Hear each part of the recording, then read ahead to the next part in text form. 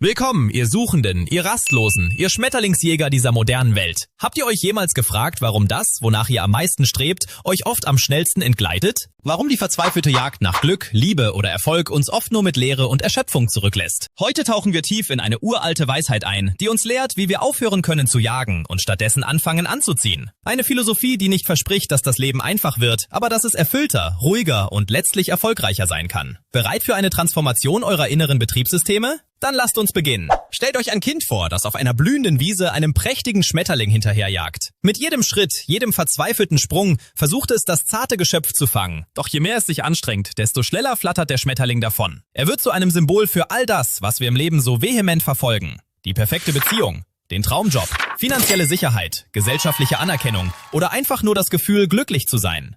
Wir rennen, wir schwitzen, wir opfern unsere Energie und oft auch unsere innere Ruhe, nur um festzustellen, dass das Objekt unserer Begierde uns immer wieder entwischt. Die Jagd wird zu einem Teufelskreis aus Anstrengung, Frustration und dem paradoxen Ergebnis, dass das Gewünschte unerreichbarer scheint als je zuvor. Doch was wäre, wenn es einen anderen Weg gäbe? Was, wenn die Lösung nicht in der Intensität der Jagd, sondern in einer grundlegenden Veränderung unserer Herangehensweise läge? Die zentrale Botschaft, die wir heute entschlüsseln werden, ist einfach, aber tiefgreifend. Jagen stößt ab, Anziehen bringt es. Es geht darum, unser inneres Betriebssystem neu zu kalibrieren. Weg von einem Zustand des Mangels und der Anhaftung hin zu einem Zustand der Loslösung, inneren Ruhe und eines starken Selbstwertgefühls. Der britische Philosoph Alan Watts beschrieb ein faszinierendes Prinzip, das er das Gesetz des umgekehrten Aufwands nannte. Wenn du versuchst, oben auf dem Wasser zu bleiben, wirst du sinken. Aber wenn du versuchst zu sinken, wirst du oben bleiben. Klingt paradox, oder? Doch es ist eine tiefgreifende Wahrheit, die sich in vielen Bereichen unseres Lebens widerspiegelt. Je krampfhafter wir versuchen, etwas zu erzwingen, sei es Schlaf, Liebe oder Erfolg,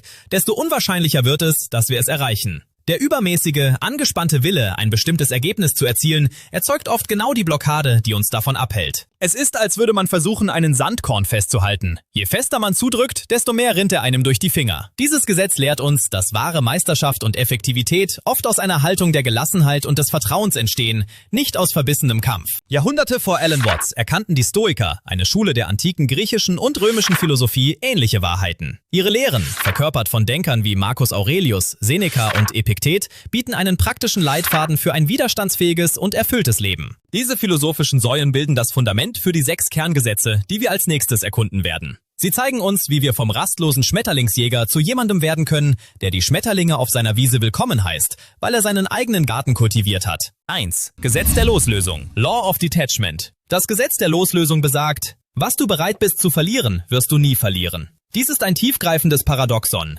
Es geht nicht darum, gleichgültig zu sein oder keine Wünsche zu haben. Es geht darum, sich von der Anhaftung an das Ergebnis zu lösen. Wenn wir uns an etwas klammern, aus Angst, es zu verlieren, senden wir eine Energie des Mangels und der Bedürftigkeit aus. Diese Energie ist abstoßend. Die wahre Macht liegt in der Fähigkeit, innerlich gehen zu können. Wenn wir wissen, dass wir auch ohne das gewünschte Ergebnis glücklich und vollständig sein können, verschwindet der Druck. Paradoxerweise macht uns diese innere Freiheit attraktiver für das, was wir uns wünschen. Ein Schmetterling wird sich eher auf eine ruhige, offene Hand setzen, als auf eine, die ihn krampfhaft zu fangen versucht. Die Loslösung ist der erste Schritt, um vom Jäger zum Anziehenden zu werden. 2. Gesetz des Bogenschützen. Law of the Archer. Das Gesetz des Bogenschützen lehrt uns, konzentriere dich zu 100% auf deine Anstrengung, intern, und vergiss das Ergebnis, extern. Ein Meisterbogenschütze konzentriert sich nicht auf das Treffen des Ziels, sondern auf die Perfektion seiner Form, seines Atems, seiner Konzentration. Er weiß, dass ein perfekter Prozess unweigerlich zum gewünschten Ergebnis führt. Wir neigen dazu, uns auf das Ergebnis zu fixieren, was oft zu Angst, Ungeduld und einer Verkrampfung führt, die unsere Leistung mindert. Die Stoiker nannten dies die Dichotomie der Kontrolle.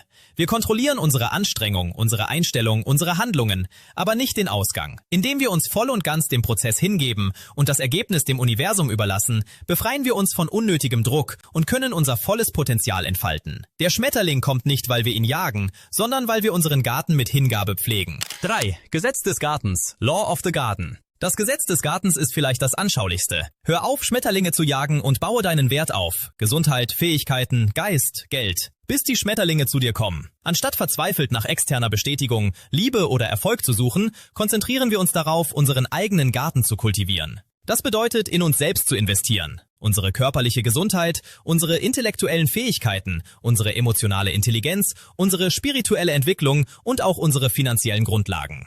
Wenn unser Garten blüht und gedeiht, wird er von Natur aus Schmetterlinge anziehen. Menschen, Gelegenheiten, Wohlstand, all das wird von unserer inneren Fülle angezogen. Es ist die ultimative Strategie der Anziehung. Werde die Person, die das anzieht, was du dir wünschst, anstatt es zu jagen. Ein reicher, vielfältiger Garten braucht keine Jagd, um Besucher anzulocken. 4. Gesetz der Hingabe, Amor Fati, Law of Surrender. Das Gesetz der Hingabe, eng verbunden mit dem stoischen Amor Fati, lautet: Widerstehe nicht dem Strom, sondern schwimme mit ihm. Das Leben ist voller unkontrollierbarer Ereignisse. Widerstand gegen das, was ist, erzeugt nur Leid. Hingabe bedeutet nicht Passivität oder Resignation, sondern eine aktive Akzeptanz dessen, was wir nicht ändern können. Es ist die Weisheit zu erkennen, wann wir handeln müssen und wann wir loslassen und dem natürlichen Fluss des Lebens vertrauen sollten. Wenn wir uns dem Schicksal hingeben, finden wir eine innere Stärke und Anpassungsfähigkeit, die uns durch jede Herausforderung trägt. Wir verschwenden keine Energie mehr im Kampf gegen Windmühlen, sondern nutzen sie, um unsere Segel im Wind auszurichten. Der Schmetterling tanzt im Wind, er kämpft nicht dagegen an. 5. Gesetz der Knappheit, Law of Scarcity. Das Gesetz der Knappheit besagt: Sei selten und wertvoll, setze Grenzen, sei nicht immer verfügbar. In einer Welt, die uns ständig dazu drängt, verfügbar, gefällig und immer online zu sein,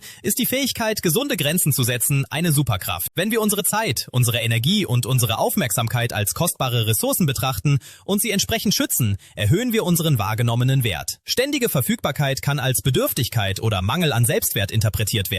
Wer seine Grenzen kennt und kommuniziert, strahlt Selbstachtung und Souveränität aus. Dies macht uns nicht nur für andere attraktiver, sondern auch für uns selbst. Der Schmetterling ist selten und daher begehrt. Er fliegt nicht jedem hinterher, sondern erscheint, wo er sich wohlfühlt und geschätzt wird. 6. Gesetz der Nichteinmischung. Aktive Geduld. Law of Non-Interference. Active Patience. Das Gesetz der Nichteinmischung oder aktiven Geduld lehrt uns: Pflanze den Samen und grabe ihn nicht aus. Vertraue dem Timing. Wir leben in einer Welt der sofortigen Befriedigung. Doch wahre und nachhaltige Ergebnisse erfordern oft Zeit und Geduld. Nachdem wir unsere Anstrengungen unternommen und unsere Samen gesät haben, sei es in Beziehungen, Karriere oder persönlicher Entwicklung, ist es entscheidend, dem Prozess zu vertrauen und nicht ständig einzugreifen oder die Ergebnisse zu erzwingen. Aktive Geduld bedeutet nicht Untätigkeit, sondern eine Kombination aus konsequentem Handeln und dem Vertrauen in das natürliche Timing des Lebens. Es ist die Erkenntnis, dass manche Dinge ihre eigene Zeit brauchen, um zu reifen. Ständiges Nachgraben aus Ungeduld kann den Wachstumsprozess stören oder sogar zerstören. Der Schmetterling schlüpft nicht auf Befehl, sondern wenn die Zeit reif ist. Wir können die Bedingungen schaffen, aber das Timing liegt nicht in unserer Hand.